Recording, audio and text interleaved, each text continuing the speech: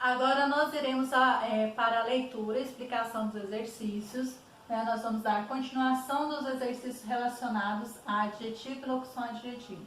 Qualquer dúvida sobre o conteúdo adjetivo e locução adjetiva, volte nos vídeos da aula anterior, da semana passada, aliás, da semana retrasada, que falamos sobre adjetivo e locução adjetiva, e vamos dar continuidade a alguns exercícios que serão resumidos na aula de hoje, tá?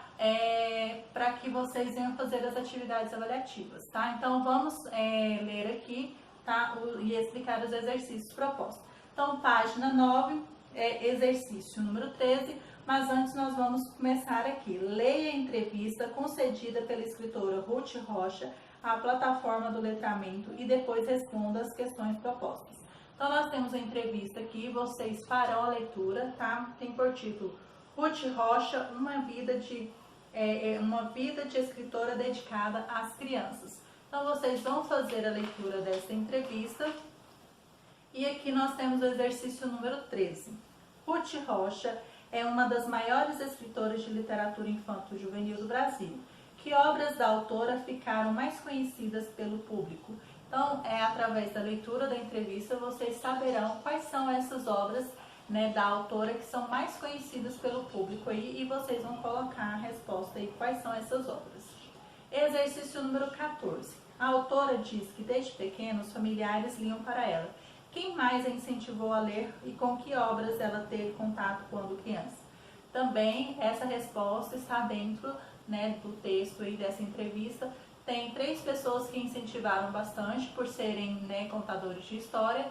Você vai colocar aí quem são essas pessoas responsáveis para elas se tornar uma leitora assídua e quais são os autores, os escritores que ela mais lia na sua infância. Exercício número 15. Que dicas Ruth Rocha dá aos educadores dedicados a formar leitores? Então, que dicas, quais são essas dicas que ela dá para que os futuros educadores tenham ao se colocar na formação, na leitura para crianças aí. Exercício número 16. Leia a oração retirada do primeiro parágrafo do texto e responda as questões a seguir. Uma das mais conhecidas e produtivas escritoras de literatura infanto-juvenil, a paulista dispensa apresentações. Então, nós temos as palavras destacadas aí, conhecidas e produtivas. Letra A. Qual é a classificação dos termos destacados? Então, ele é classificado como? Que tipo de classe de palavras ele é classificado aí, tá bom? Letra B. A que palavras esses termos são relacionados? Então, conhecidas e produtivas são relacionadas a qual termo aí? Vocês vão colocar. Letra C. É correto afirmar que os termos conhecidas e produtivas concordam em...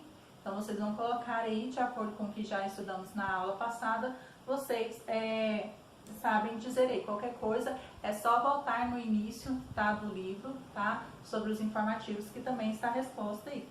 Letra D. O termo paulista, nesse caso, é um substantivo, mas em algumas orações podem desempenhar a função de...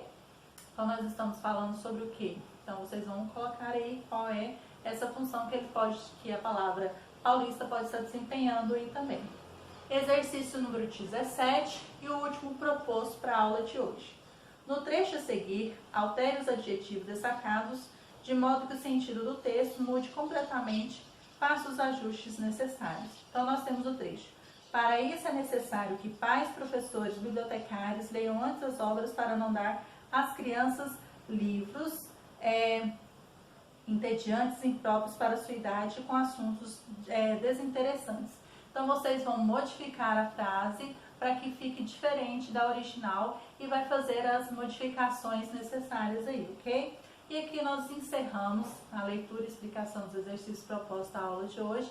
Não se esqueçam de responder as atividades avaliativas para podermos fecharmos o terceiro bimestre aí. Então, as atividades de língua portuguesa para quem ainda não respondeu, de redação, a segunda parte, e quem não respondeu a primeira, responder também, e de língua inglesa que está disponível na plataforma hoje também, ok?